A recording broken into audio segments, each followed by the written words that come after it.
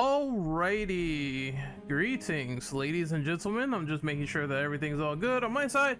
This is my review of the 2025 horror film directed by Ryan Coogler, known as Sinners. I was meaning to do this review for a long time now. I finally got around to seeing the movie and I want to really talk about it. So this takes place in a 1930s Mississippi, where you have these two brothers, played by Michael B. Jordan, like wonderfully. You have Smoke and you have Stack. And Stack is the more, like, he's the one that's wearing the red and everything, right? And Stack is the more, like, businessman. There's a sort of a slick sense of trying to set things up with deals, a smooth talker, very fast on notions and everything. And he's part of the, like, core charm, a little bit deadly, but he has a charm to him.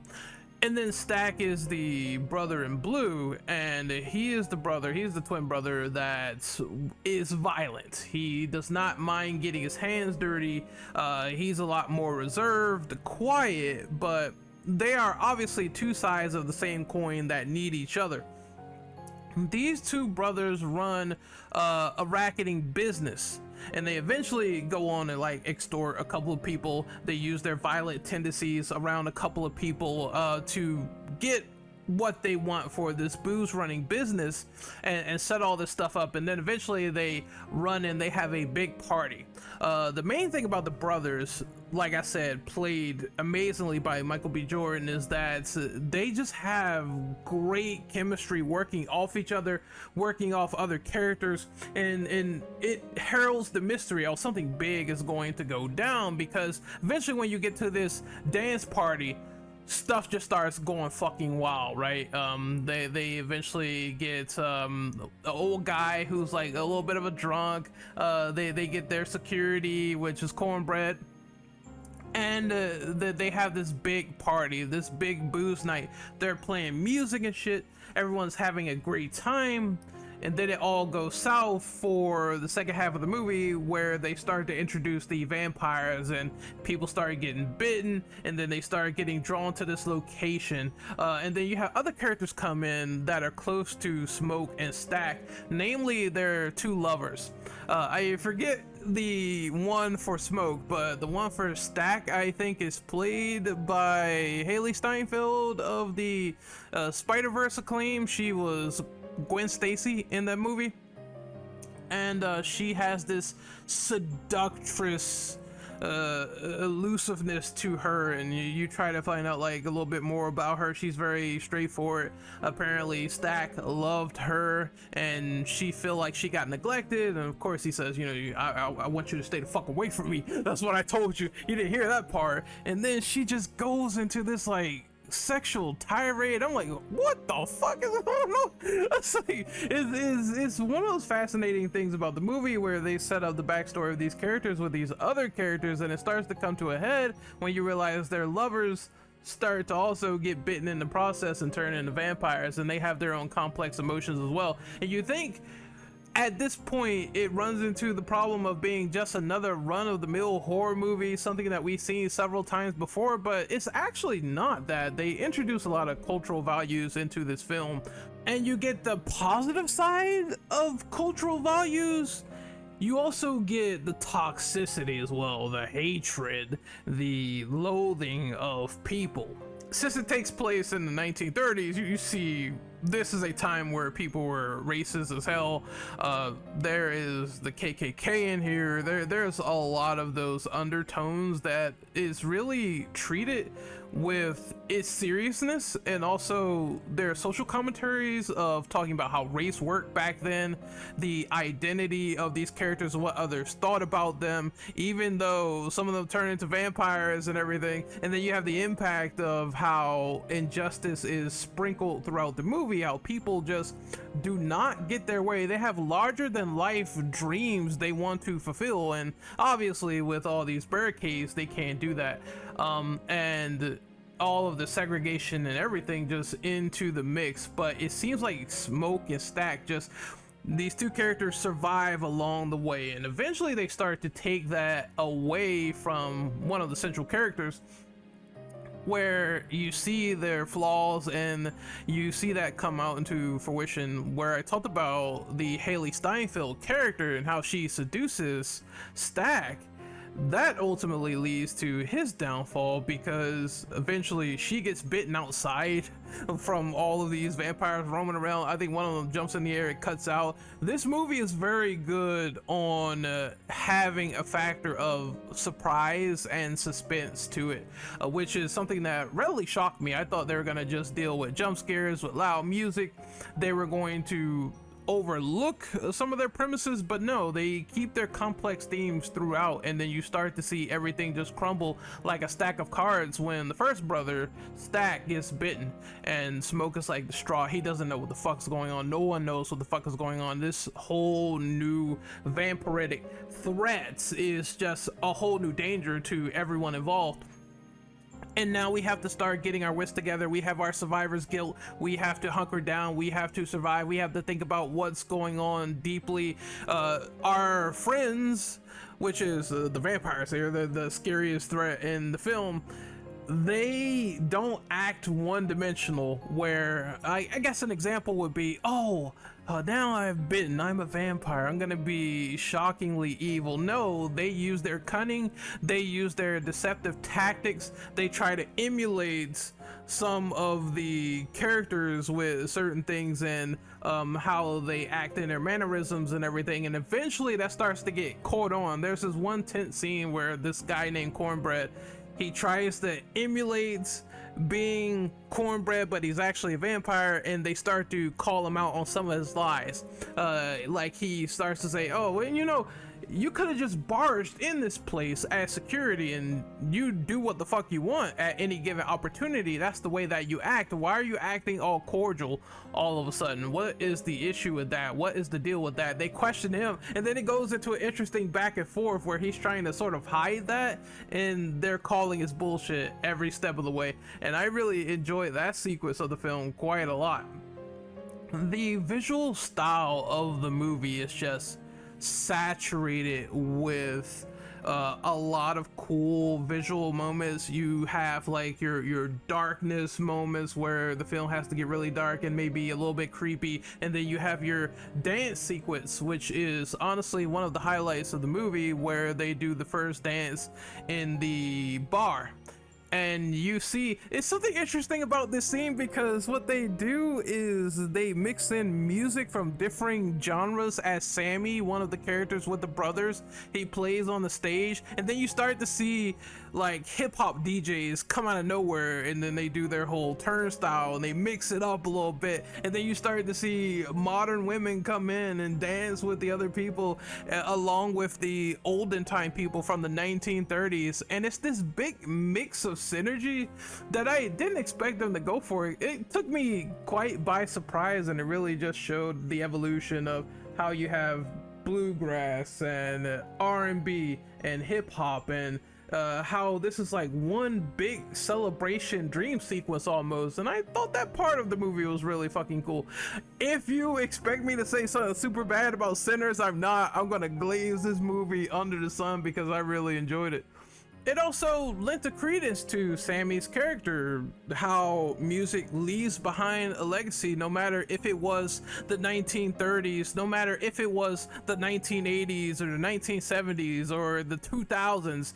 Music has a big visual indicator in our lives with that scene alone, and just hearing the audio flow and everything, and how they handled how the scene looked. That was just a huge celebration there, which I really enjoyed and appreciated. And then the movie goes on, you see one by one people start getting turned. There is also these moments with Mr. Smoke as well, because you see Smoke, you know, he fights off everyone for a bit, then he sees his brother Stack get infected with the vampiric strain, and he's trying to, you know, talk him out of opening the door with his body in there. It's like, that's my brother, that's my fucking brother. I want to open the door and cater to him, but that's not really him. And they start, there's this lady that some Smoke is with, and I would assume they were going for maybe some sort of Haitian. They're calling out to, oh, this is affected by some magic, black magic, dark magic, but that's really not the case. Then they just straight up call them vampires later. And they have to see through that deception with the people that they love and appreciate the most, and ultimately they start to hunker down and get ready to fight the onslaught of vampires, which is killing them. I think they are affected by garlic, silver, the typical things that you would see in your vampire flicks, stabbing them through the heart with stakes. The one thing that I also really enjoyed is that it wasn't just the hokey, oh, you stab a vampire in the heart, they just turn into 5 million pieces after burning up so much because their heart has been penetrated. No, it's just a gory stab to the heart and they're dead just like that. There's more dance routines in this for sure. We even see the vampires dance at one point because someone spoiled this to me, by the way. When I was out, I saw a charity case and someone was trying to talk to me, and he spoiled this Irish jig that the vampires eventually do, Renegade, eventually just dancing it up with an Irish jig outside. And this movie really loves its musical cues, but for what it was, it worked. It didn't feel like Joker 2, where it was kind of erratic and all over the place. And this one, it was well put for the sequences they did, so I think that was a job well done. And also, like I said, it leads to the emotional tragedy that you see later in the third act of the movie, where these people are dying left and right, one by one, whether they're getting bit, and it turns into a hopeless situation at that point. And then you see how Smoke wrestles with the idea that he might have to kill his brother, even though he sees him on the outside. That's not what he is on the inside. To him, it's all changed and everything. At the end of the film, they eventually go to, I think it's the KKK guy or whatever who set them up, and basically Smoke goes on a revenge mission. At that point, he goes to protect Sammy from getting lynched by these guys. He starts shooting the fuck out of everyone. I believe someone said, "Get his black ass." That part unironically had me laughing for a little bit. He starts shooting everybody, and at one point Smoke gets shot in the side, and then he lifts up his shirt, he sees the gunshot and everything, and then he sits on the ground. And at this point I was confused at what the movie was going for, but I think I finally got it after realizing that this is him dying, and this is him having the proverbial baby, because, you know, he killed his girlfriend at that point, who I think either wanted a child with him or was having one, but she was a vampire, so she had to get the stake to the heart. Skish skish skish skish. I know that's fucked up, but still. And then she hands the baby to him as he is dying in this weird dream state. But it also shows that, yes, metaphorically, Smoke is the protector of life, and not only does he get what he wants in the afterlife, but then he's reunited with what is now his family even after they are all dead. And it's quite a hard-hitting ending, man. It had me riled up, man. I was sad that should happen. I give it testament to just all of the actors involved with this film, the side characters and everything, all compelling, all fascinating, all interesting throughout. Made you really care for them even at the end, when a lot of them don't make it and they get mauled on and devoured. You're like, damn, I actually like that person, or I actually like that chick, or I actually like the main characters with Michael B. Jordan. It's all just kind of a slow burn downer, which I think was really needed with this film. And it really focuses on the true core. Despite all the vampire lore and the horror stuff, you think that would overtake everything, but no, the true core is how this family and how this community bands together to protect their own, despite them being so wildly different, despite them having different traumatic events and even new traumatic events, how they will try to thrive and overcome each and every situation. I thought that was amazing, and they explore this really deep. This movie is a very ambitious project that just paid off in a lot of ways to me. It just shows you can make something so simple but have something so complex with the thematics and the core of these characters deep down nestling in their hearts and showing their hearts and emotions and their chemistry together, which I feel a lot of people probably have talked about at this rate, but the chemistry of the characters is also really important, and it paid off for me. And then you see Sammy at the end. This is the post credits where you see Sammy at the end with the scratched up face, and he's all old, and surprisingly, guess who walks in? Fucking Stack and Murray, and they're in like modern clothes.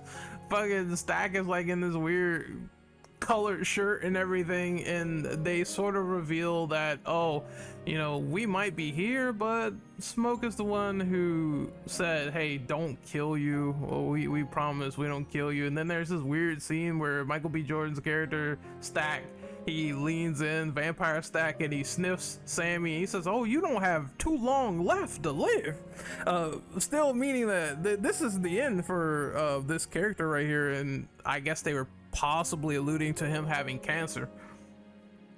And then he says he's still, you know, proud to be here. Sammy gives his, and they give him like sort of a send off, a respect of how they enjoy his music. I think one more time he plays for them, and they sit there and they listen to it and they leave. And then you get the hint that, yeah, Sammy's gonna go pretty soon. Then they have a flashback of him playing, and I thought that was brilliant and well done. And it cycles back to the beginning of the movie. You know, a big cycle. You see Sammy driving the car at one point at the same location. A big cycle back to the beginning, and how these dreams and these ambitions still got carried out in the face of danger. And that's a big thematic message that a lot of us all need inside. No matter what you go through, no matter how harrowing it is, if you come out on the other side, you can still live your dreams regardless.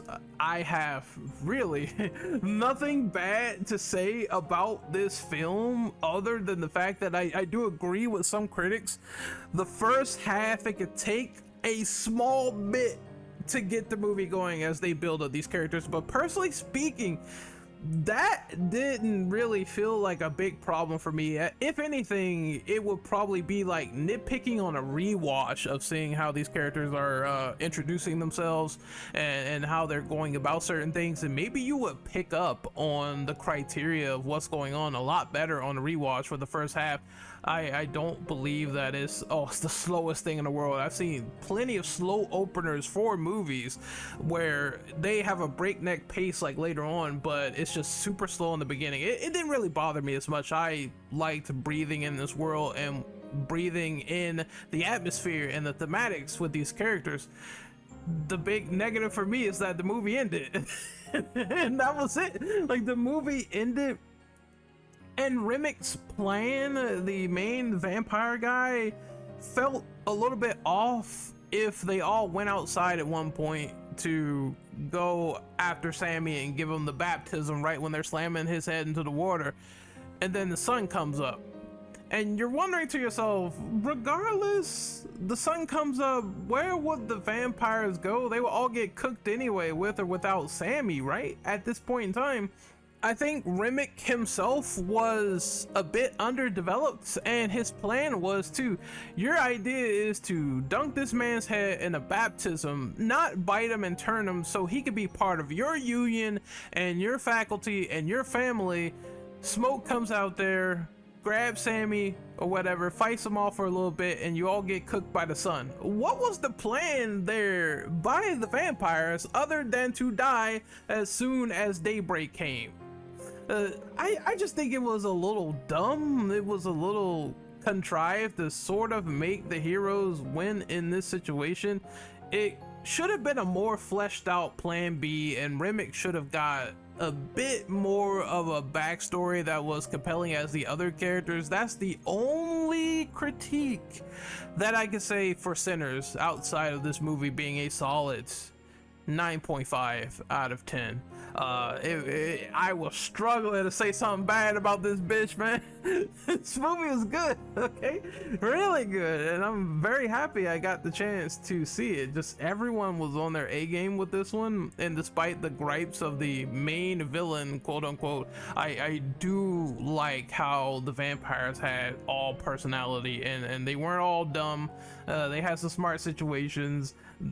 Fucking Smoke almost got bit by Cornbread, and Cornbread was like the dumbest hill of beans, but as soon as he was a vampire, he was trying to smooth talk his way out of that shit. That scene, just, it was cool. It was very cool. It was cool seeing Smoke rise up and eventually become a survivor and all that shit. He's my favorite hero out of most of them, at least. And it's well done, man. Well done. I'm gonna be glazing this movie like a hot dog. Oh, got nothing bad to say. I believe I was super busy during the time, which is why I didn't go to see Sinners in the theaters. But the next time that they have the movie again, obviously they might have a limited junket where they put it in theaters for a temporary bit. They make a little bit more money during that time, as they do with some big major hit movie motion pictures. If it comes into theaters again, I will go see this motherfucker immediately. I will see it more times immediately, whether it's home video or whether it's theater. It was just an entertaining experience throughout, and I'm glad I got to live part of it as your average African-American black man who loves this culture very much. You nailed it, Ryan Coogler. What did you guys think of Sinners? Definitely glad I got my review out there. Fuck, I forgot to label this a spoiler, so I guess I gotta say it's a spoiler review on the title, because I just went right into it with no warning whatsoever, no grease, no chicken grease. All right, go see Sinners if you haven't already. My highest recommendation, probably one of the best movies in my opinion of the year, but the year's not quite out yet. We have to see how everything else is hitting for. I think this will top #1 for sure, for me at least, in my personal opinion. It's been a great time experiencing these films, and I can't wait to see what Ryan Coogler does next. I'm very, very, very curious to see how he tackles X-Files, since he wants to do an X-Files reboot. I'm gonna be there day one for sure and be checking that out, no problem. I also enjoyed Black Panther as well. A lot of people say Black Panther overrated, this, that, and the third, but I had a pleasant time watching that, and I also have a review of that on my channel as we speak. Until then, this is Renegade Operative signing out. I have 2 movie reviews up per today. It should be 28 years later, and it should be this review right here.